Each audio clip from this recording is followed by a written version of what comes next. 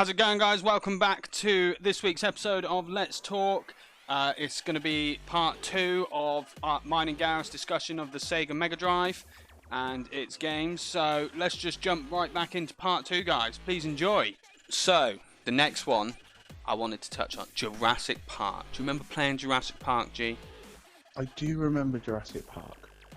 I remember the cool thing about Jurassic Park was you had a choice of which character it could be.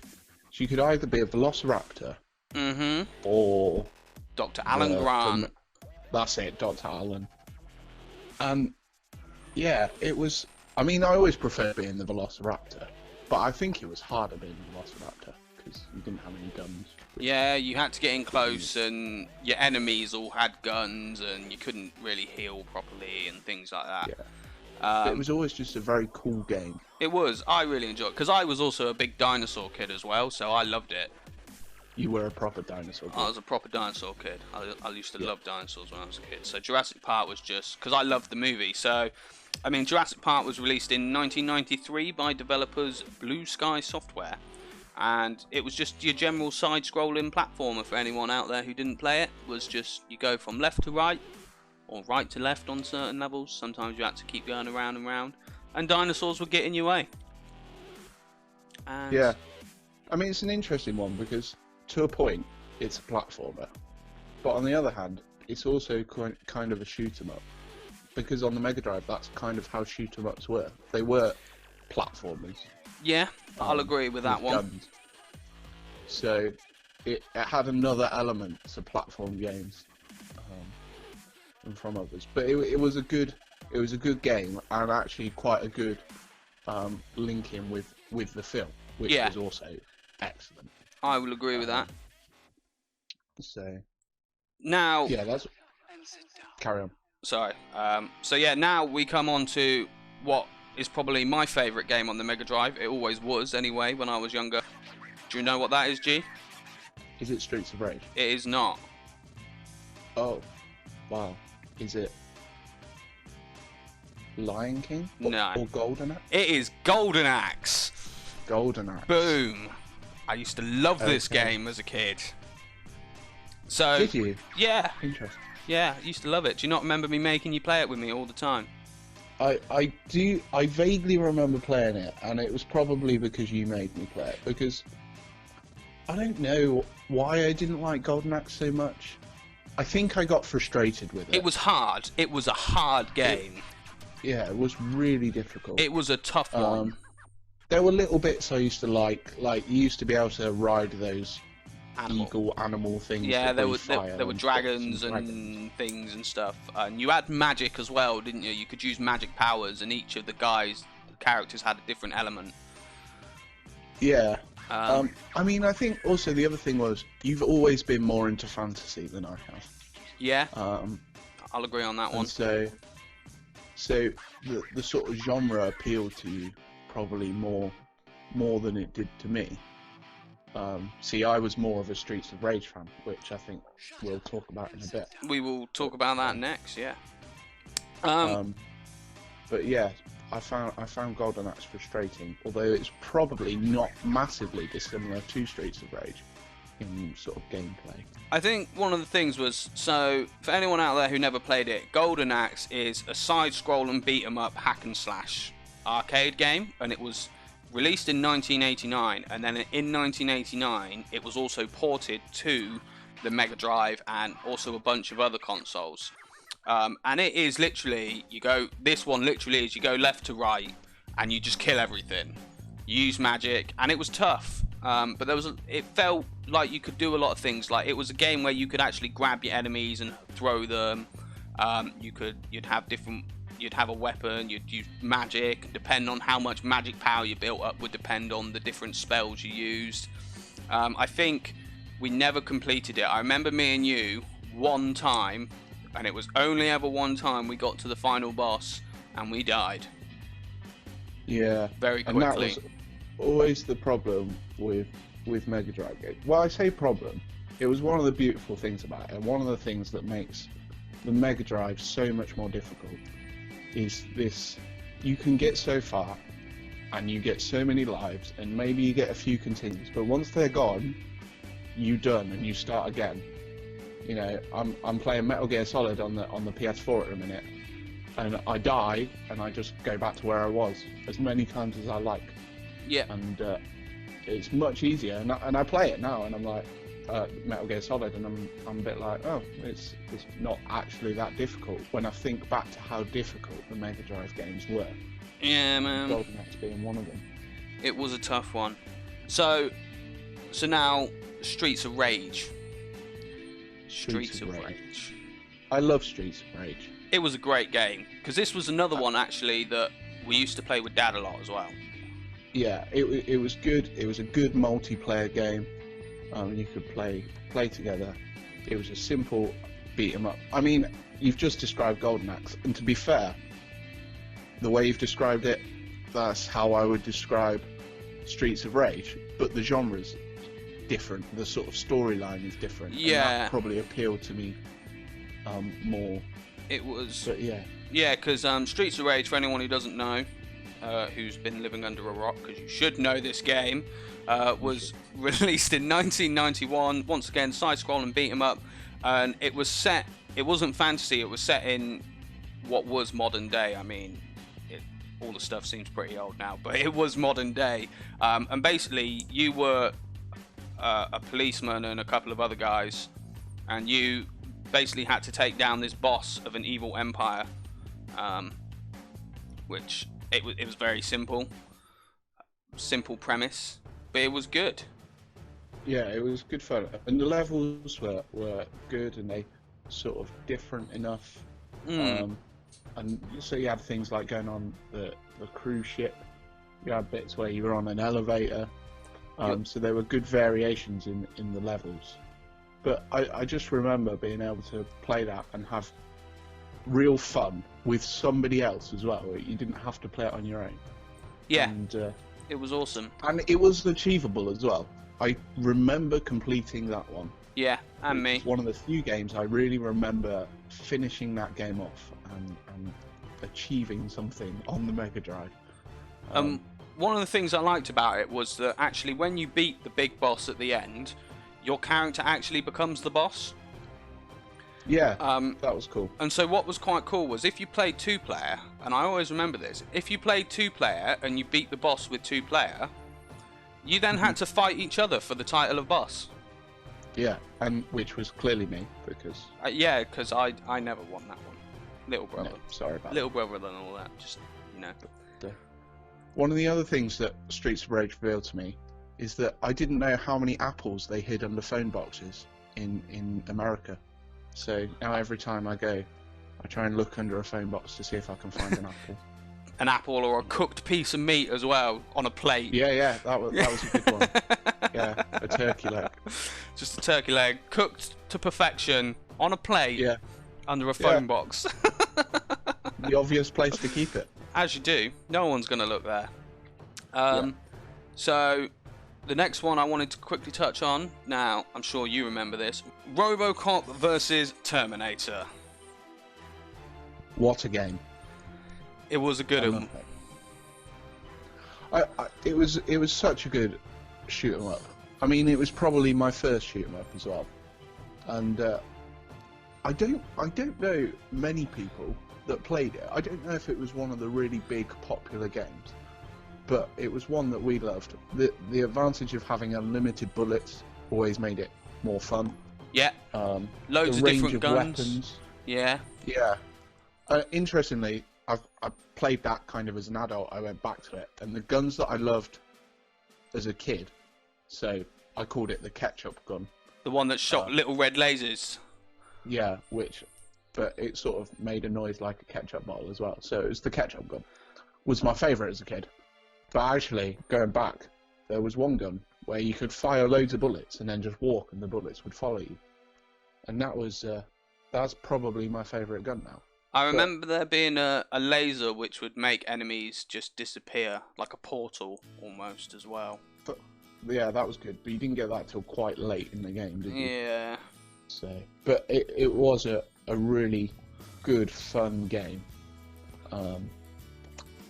that that I enjoyed playing. Yeah. Yeah, I mean, something I didn't know about it, and obviously this is because we were kids, so we didn't have this information, is it was released in 1994, but it was loosely based on the 1992 4-issue comic book miniseries of RoboCop vs. Terminator. Yeah, which is, I mean, I was too young. I'd never watched Terminator or RoboCop, so Yeah, I knew of RoboCop more than Terminator. yeah. But, yeah, it was. I just assumed they'd put the two movies together. Yeah. I didn't know it's based on a comic book series. I As wonder if that would have been good.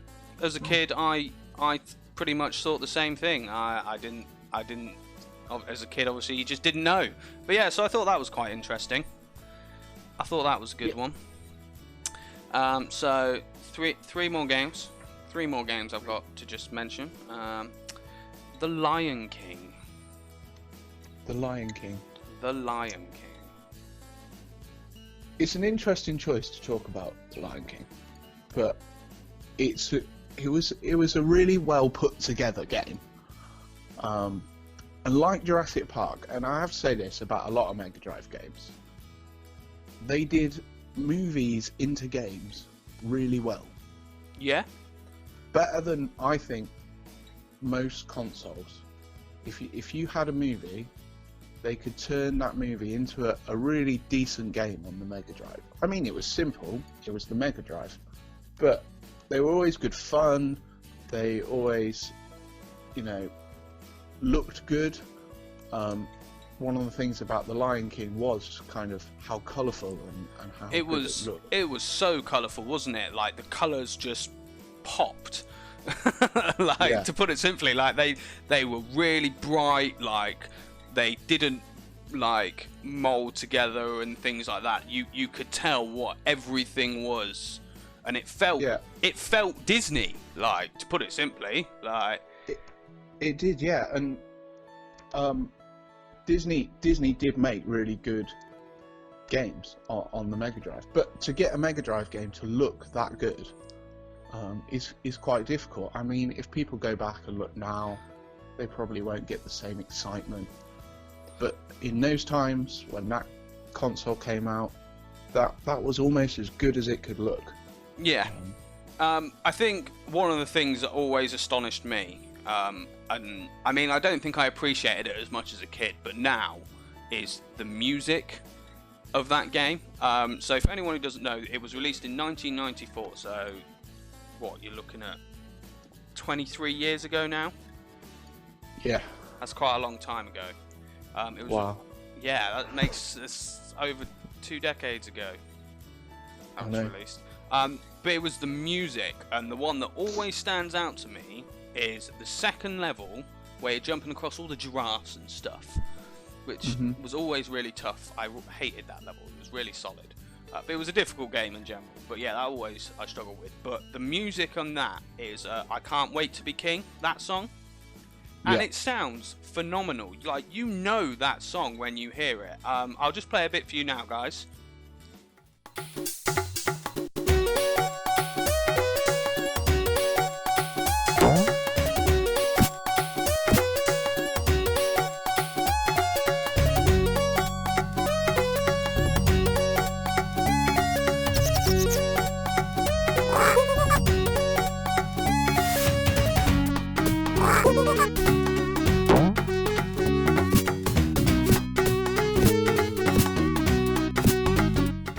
That's it. I love that track. And I mean, it had the advantage that the movie had such a good soundtrack. You know, it's one of the best soundtracks. People know many of the songs from it. Yeah. And I imagine they just put that into the game. Did they? I don't remember it so well, but I don't know how it's all done, to be honest. I don't know the ins and outs of it, but it was. They did put it into the game very well. It sounds real. It sounds like it should. I mean, that was the whole thing about The Lion King. It's the sound, the sight. Just it looks good. It feels good. It sounds good. And the gameplay, I mean, it was fun, but realistically, it was another platform game. You did have the one extra bit where you sort of started off as baby Simba, and then you got to play as grown-up Simba, and so you got some extra moves as grown-up Simba. Yeah, like you could actually attack, couldn't you, when you became grown-up Simba? Yeah, but on the whole, it was a platform game, but it was just made memorable and good by the way it looked and the way it sounded. Mm-hmm. Yeah, I'll agree on that one. Used to love that game. Ecco the Dolphin.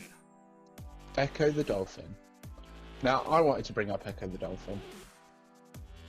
The interesting thing about Ecco the Dolphin is it was rubbish. And I played it for about 10 minutes a time, and I'd keep going back to it. I'd never have a clue what I was supposed to do. So I would just kind of swim around and, you know, jump up out of the water and dive back in and swim around a bit more. And occasionally, you know, find a little cave to go up and then go and then swim around a bit more and dive up and dive back in. It was pants as a game. But what? It's the first, felt like the first sort of open world game. Yeah, I mean, love open world games. It did have levels to it, but they were big, weren't they? And it was... You just had a freedom. You could kind of go where you want. Whereas like the platform games, you kind of went forwards and then you could go back, but not all the way back to the beginning. You could only go back so far. Yeah. Whereas Ecco the Dolphin, you could kind of swim about wherever you wanted. It just felt like the beginning of an open world. But yeah. I maintain, it's a pants game. I mean, and yeah. It's not one I really want to play again. We never really got anywhere in it, but this is what it is classed as. Ecco the Dolphin was released in 1992, and it is classed as an action-adventure game. Well, I mean, if you're including action as jumping out of the water and jumping back in, then it is action all the way. Here's the thing, me and you never got far enough to see this action, because actually, you play as a bottlenose dolphin who travels through time, and that was the bit at the very beginning. The very first thing you do is you dive out the water, and then a big thing happens in the air, you spin around and you fall back down. Okay, I just assumed that there was just a big storm. Yeah, I thought that too, but that's you travelling through time, and you combat hostile extraterrestrials.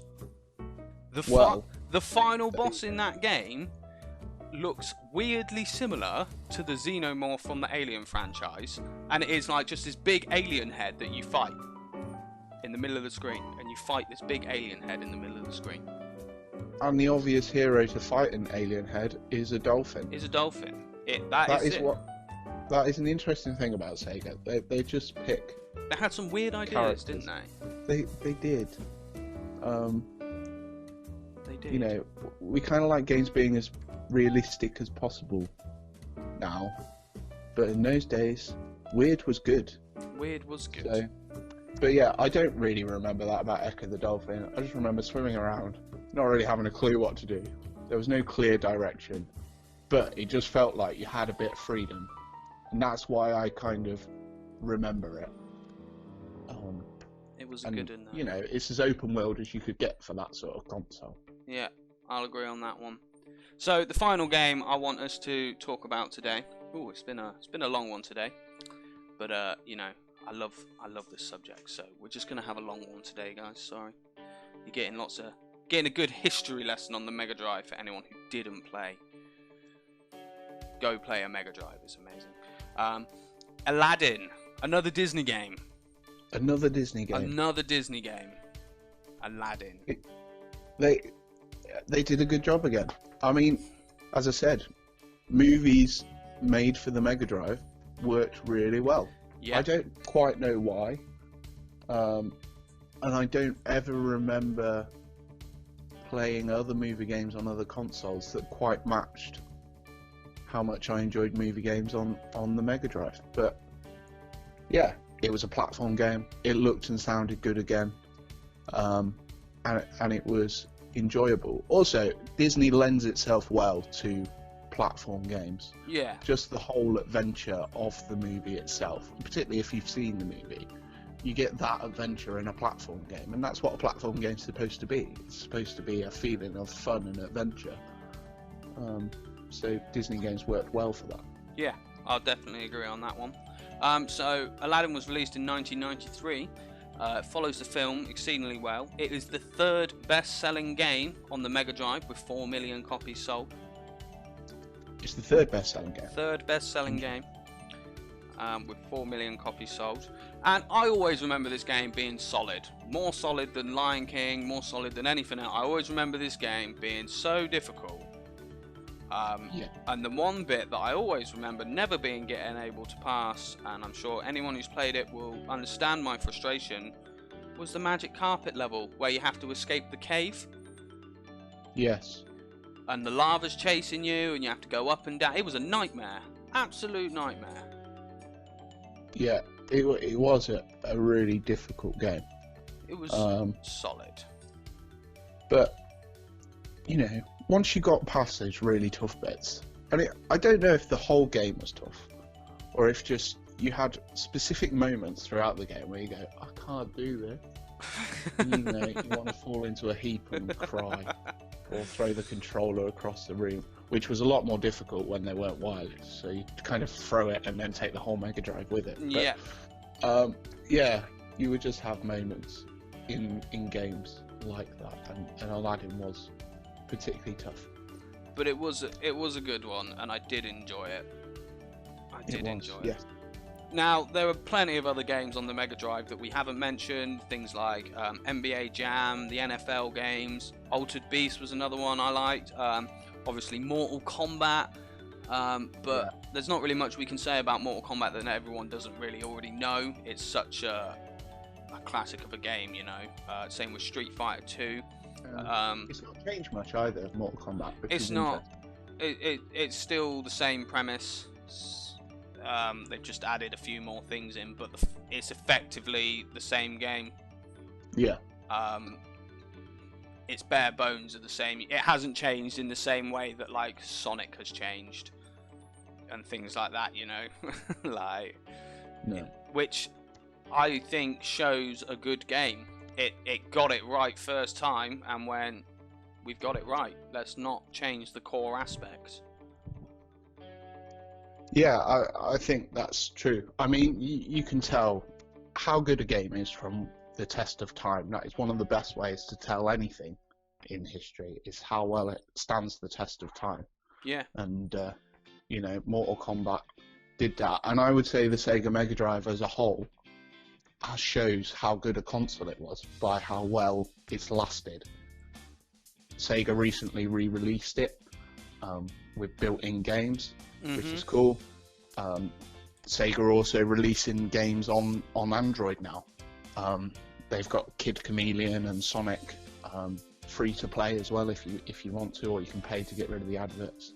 And so there's a real desire still for this sort of retro gaming and for the Mega Drive. So that's how popular and how good a console it was. Yeah, no, I would definitely agree on that one. I still love it. I still have very fond memories of playing it with you and Dad. It was an awesome games console, awesome games on it.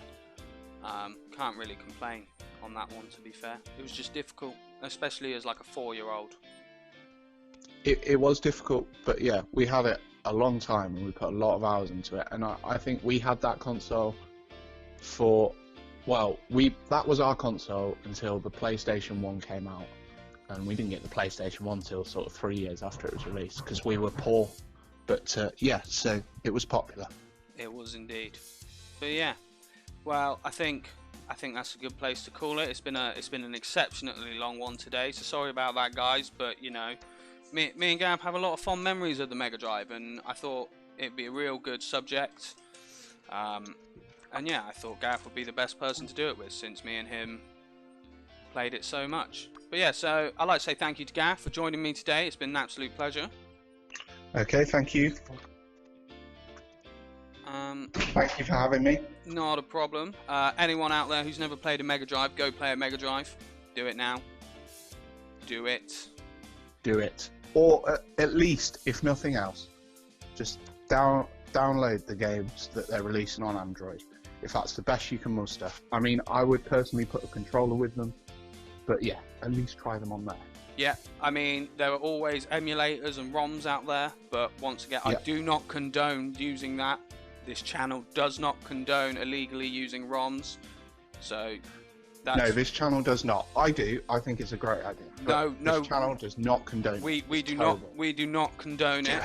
We do it. Don't do it. I'm set. This is my channel. I'm saying don't do it. I'm covering my back. Absolutely don't do it. Absolutely don't do it. Don't do it. Wink, wink. Yeah, so thank you very much, Gareth. And yeah, guys, we'll catch you next time. Goodbye. Take it easy, guys.